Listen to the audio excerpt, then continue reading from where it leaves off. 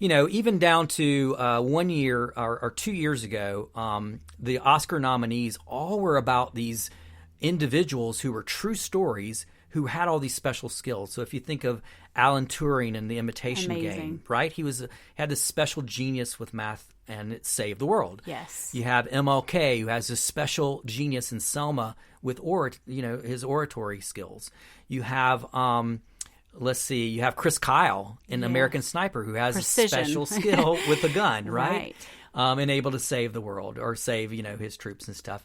And then you have Stephen Hawking's, special skill in science and brilliant. Exactly. So here are all these heroes. They're not quite like us. They have these incredible skills, but they're among us. They actually lived. You can go check them out. You can go. Yeah, they're not from wherever Superman is from. He's Krypton, not from Krypton or they're wherever not from, it is. Yeah, exactly. I don't think it's just Krypton. Yeah. So then we started shifting our hope to something that looked a little bit more like us and among us. So, and I believe that eventually the box office kind of caught up to that too, meaning the blockbusters started to share this theme too. That the Oscars kind of introduce something and then the box office kind of catches up to it and multiplies it. So even during election year, we had Civil War. Yeah, we did. We had Wonder Woman. Yeah.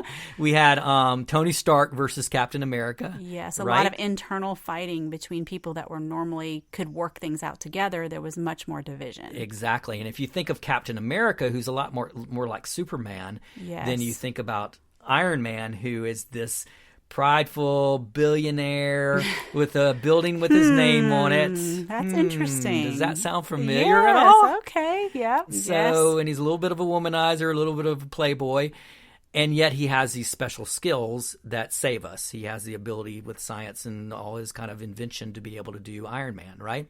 Batman the same way versus Superman happened to be a movie that happened during the election year, right?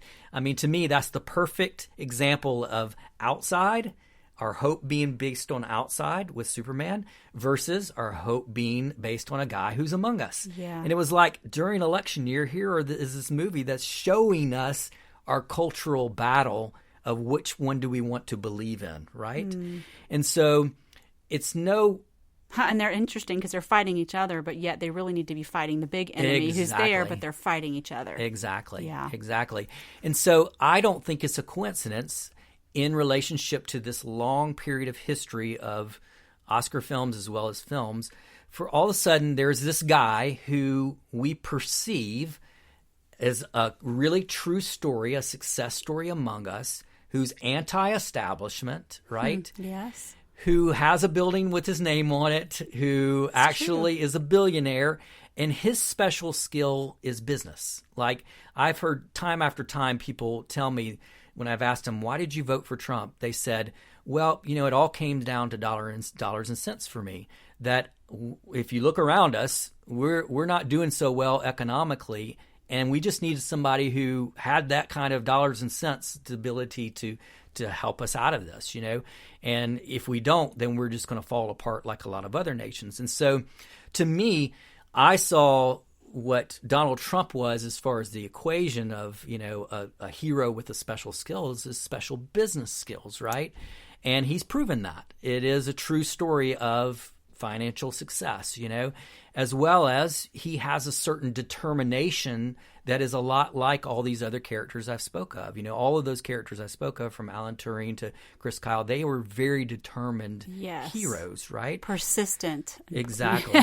Exactly. So to me, he was Iron Man, as far, I don't... That's an interesting take. I understand. I see the similarities that you're talking about. And so at the end of the day, I think that combination of anti-establishment that was in the Oscars last year, combined with this history of the Oscars kind of speaking into us not going away from hope outside of ourselves to hope among us, led to this perfect storm of someone who was a candidate that was anti-establishment and who was a success story, a true story of success with special skills among us. And that is probably, if I had to give one exhibit A for why I do believe. It's a pretty big one in this world we're living in, that's a big one, That God sort of has to be in control of this kind of stuff. Not that I believe that maybe God was for Donald Trump, but that he's in charge of this cultural narrative that we're living in. Gosh, that is a lot to take in. It's really interesting to trace those things like you're talking about. So the blockbusters, you feel like come alongside after the Oscar film, then you see things catch up, and then now we're here. Yeah, and there is an element in which, there will be a series on television that is cutting edge, or there will be artistic Marvel movies that come along that speak into our where we're headed. So I'm not saying that it's limited to the Oscars. I think just the Oscars give that permission to focus on art and not commerce. And it's once a year, where it's curated into one collective group of movies that we can look at. And, here at Real, we look at a curated list of movies for every single person. And what do they say about you? And we find these amazing themes and amazing things that confirm and affirm a person's story from a personal perspective. So to me, it wasn't a far jump for me to go, okay, if you take the curated kind of films that are the person's favorite movies and they happen to show you tremendous things about that person and where they're headed and what their story's about, then how far of a jump is it to go, well, isn't that true of our country? Like, isn't the most popular films more true of who we are? And isn't the films that maybe we select and curate each year as the best films more speaking into maybe where we're headed? Oh, wow. So there's a top 10 for us kind of now in culture, and then there's this other sort of top 10. I know it's not always 10, but this other idea of showing us where we're headed, one current and one where we're headed. Yeah, exactly.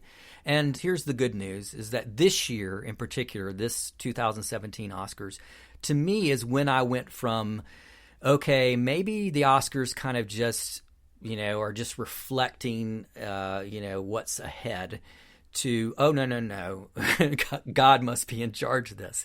Because this year in particular, God must have known that we were going to suffer this huge scar of the election as far as being divided as a country. Yeah. And he must have known that, so he put together this slate of films that would be nominated for the Oscar.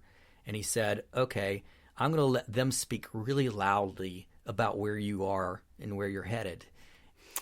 Well, that's all the time we have for this podcast. And you've gotten my curiosity up. I'm dying to know. And if you guys are out there wanting to know more about what the Oscars this year mean and what the themes are coming up, you'll have to stay tuned for our next two podcasts where Bryan is going to graciously go through and kind of share what he saw, what his insights were, and where he thinks the movies are pointing us to letting us know where we're going. So please come back and join us, and we look forward to having you again in Real Conversations. Thanks for joining us for Real Conversations. If you happen to be in the Atlanta area and would like to explore what your top 10 movies say about you, you can get real by going to realexperiences.com and book an experience. You can also follow us on Facebook and Twitter at Real by Art Within.